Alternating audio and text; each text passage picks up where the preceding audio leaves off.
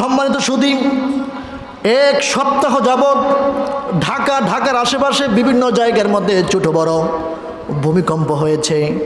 গত জুমার দিন ভূমিকম্প হয়েছে সকাল 10:37।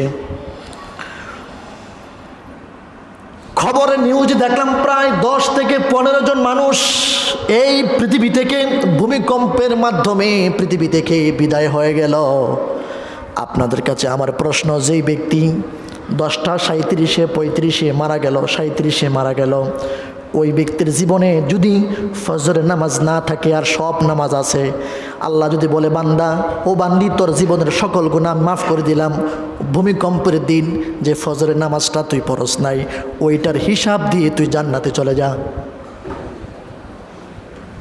যাওয়ার সুযোগ আছে? আল্লাহ যদি বলেন তো তোর জীবনের সকল গুনাহ মাফ, সকল গুনাহ মাফ, শুধুমাত্র যেই দিন ভূমিকম্প হয়েছিল সেই দিনের ফজরের নামাজ তুই পড়স নাই, ঘুমিয়েছিলে, অবহেলা করে জীবনের সকল গুনাহ মাফ করে দিলাম, আজকের ফজরের নামাজের হিসাব দিয়ে তুই জান্নাতে যা। বলুন তো, যেই ব্যক্তি ফজরের নামাজ সেই দিন পড়ে নাই সে কি হিসাব দিতে পারবে? বলুন পারবে?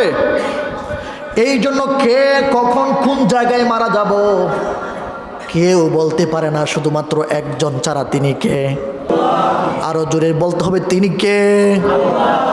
কোন সময় মরব, কোন দিনে মরব, কোন মাসে মরব কে বলতে পারে? কেউ পারে না, শুধুমাত্র একজন ছাড়া, তিনি কে? যেহেতু আমরা কেউ বলতে পারি না কোন সময় মারা যাব, সেই জন্য আমাদের উচিত হলো সদা সর্বদা সব সময় মৃত্যুর জন্য প্রস্তুত থাকা। কি থাকা? মৃত্যুর জন্য প্রস্তুত থাকবেন। মৃত্যুর জন্য প্রস্তুত কিভাবে থাকবেন? প্রস্তুতি নিতে হবে। ও ভাই, আপনি আমি যেহেতু মারা যাবই, আল্লাহ পাক বললেন কুল্লু নাফসিন যায়িকাতুল মাউত, যাদের প্রাণ আছে, প্রাণ বিশিষ্ট যে সমস্ত জীব আছে তারা মৃত্যুর স্বাদ গ্রহণ করতেই হবে, কেউ বাঁচতে পারবে না, মৃত্যু থেকে কেউ পালাতেও পারবে না, সব মরতে হবে। যেহেতু সব মরতে হবে, কেউ বাঁচতে পারবে না, এই জন্য আমাদের উচিত হলো সদা সর্বদা মৃত্যুর জন্য প্রস্তুতি নিয়ে থাকা। ঠিক কিনা? কারণ ভূমিকম্প যে কোনো সময় হতে পারে। আজ পর্যন্ত কোনো বিজ্ঞানীরা বলতে পারে না যে ভূমিকম্প আগামীকাল 12:35 হবে। এই ধরনের কোনো আগাম সতর্কবার্তা আছে নাকি? সম্ভাবনা দেয় হতে পারে, কিন্তু কবে হবে এটা কে বলতে পারে? হ্যাঁ, এটার কোনো আগাম কোনো বার্তা আজও পর্যন্ত নাই। সুতরাং যেহেতু নাই, যে কোনো সময় মরতে পারে। এই যে গত সপ্তাহে প্রায় 10 থেকে 12 জন মানুষ মারা গেল ভূমিকম্পর ঝুঁকিতে। একটু নড়া দিয়েছিল, এই নড়া দেওয়ার কারণে মানুষ আতঙ্কিত হইয়া দৌড়াদৌড়ি কইরা সব মনে করেন যে এমন দৌড়াদৌড়ি, এই দৌড়াদৌড়ির ছোটে মানুষ মারা গিয়েছে 10 থেকে 12 জন। সকলে পড়ুন ইন্না লিল্লাহি ওয়া ইন্না ইলাইহি রাজিউন। গত ভূমিকম্পর দিনে আমি দেখতে পেয়েছি যে মানুষ যখন সিঁড়ি দিয়ে নামে, আপনারা অনেকে দেখেছেন মনে হয়, নামার সময় দেখতেছে যে তার পকেট থেকে মোবাইলটা পড়ে গিয়েছে, দামি মোবাইল, 1 লক্ষ 1.5 লক্ষ টাকার দামি মোবাইল সিঁড়ির মধ্যে পড়ে রয়েছে, দৌড়তে গিয়ে পড়ে গিয়েছে। সে যে 1-2 সেকেন্ড লাগবে এটা তুলতে, সে ব্যাক করে যে মোবাইলটা নিবে তার এই ধরনের কোনো সাহস ছিল না, মোবাইল রাইকা দৌড়। এই জন্য কুরআনুল কারীম আল্লাহ পাক বললেন فَإِذَا جَاءَتِ الصَّاخَّةُ, যখন কিয়ামত হয়ে যাবে, কিয়ামত যখন হয়ে যাবে, কিয়ামতের মাঠ যখন হয়ে যাবে, তখন কি হবে মানুষ? আল্লাহ পাক সুন্দর করে বলে দিয়েছেন ইয়াউমা ইয়াফিরুল মারউ মিন আখিহি ওয়া উম্মিহি ওয়া আবিহি ওয়া সাহিবাতিহি ওয়া বানিহি লিকুল্লি ইমরিইম মিনহুম ইয়াউমাইযিন শা'নুন ইউগনিহি। এই কথাগুলা কার? মসজিদ ভর্তি মানুষ সকলে আওয়াজ দিয়ে পড়ুন, এই কথাগুলা কার? আল্লাহ পাক বলেছেন কিয়ামতের মাঠে সর্বপ্রথম তার ব্যক্তির কাছ থেকে, কোনো ব্যক্তি অন্য ব্যক্তির কাছ থেকে সর্বপ্রথম যে পালাবে, দৌড় দিবে, সে হলো আপন মায়ের পেটের ভাই। কে পালাবে প্রথমে? কে পালাবে? মা মা মা মা না, প্রথম পালাবে তার আপন ভাই। আমার যে আপন ভাই আছে, হাসরের ময়দানে কায়েম হয়ে গেলে আমার ভাই সর্বপ্রথম আমার কাছ থেকে বিদায় নেবে, দৌড় দেবে। এরপরে দৌড় দিবে কে? ওয়া উম্মিহি ওয়া আবি। 2 নম্বর সিরিয়াল হচ্ছে আমার কাছ থেকে দৌড় দেবে, পালাবে আমার আম্মা। 3 নম্বর সিরিয়াল আল্লাহ পাক দিলেন আব্বা।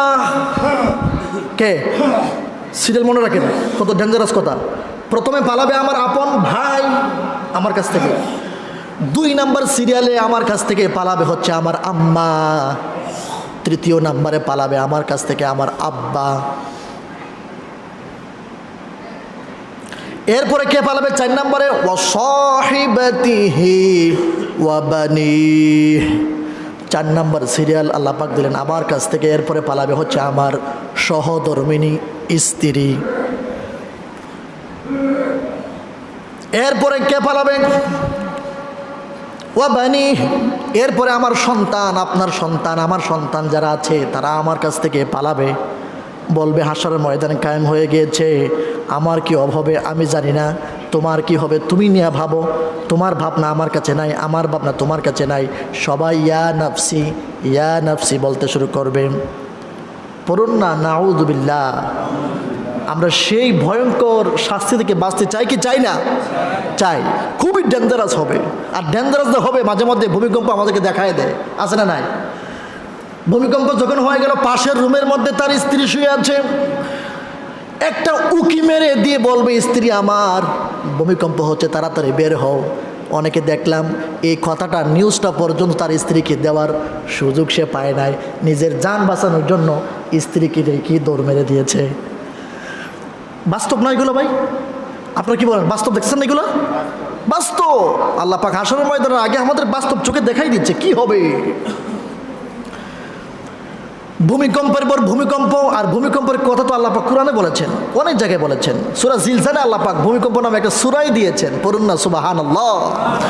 ইযা যুলজিলাতিল আরদু জিলজালাহা। এই যে জিলজাল মানে ভূমিকম্প। বলুন বলুন, জিলজাল মানে কি? তা বলুন বলুন, জিলজাল মানে কি? ভূমিকম্প। যখন ভূমিকম্প হয়ে যাবে, জমিন যখন ঝাঁকুনি মেরে দেবে, মানুষ পঙ্গপালের মতো দিশেহারা হয়ে যাবে, কি হয়েছে কি হয়েছে, কিন্তু আর কোনো খোঁজখবর নাই। মানুষ দৌড়। মানুষ কি ওই ঝাঁকুনি কিন্তু একটা আছে, এটা লাস্টে কিয়ামতের আগে কিছু ঝাঁকুনি হবে, ভূমিকম্প হবে। এই ভূমিকম্পের কথা কোনো বিজ্ঞানী টিজ্ঞানী এগুলো আর মনে করেন যে কোনো খেয়ালই করবে না। এত ভূমিকম্প হবে, ঝাঁকুনি মারবে, মানে বুঝেন না, আসমান পর্যন্ত ফেটে যাবে। ইদাস সামাউন ফাতারাত। যখন আকাশ ফেটে যাবে, বুঝেন, আকাশ ফেটে যাবে, বুঝেন আপনি কত বড় কি অবস্থা হবে। সুতরাং কিয়ামত বেশি দূরে নয়, কিয়ামত খুব কাছে, একেবারে কাছে আমাদের।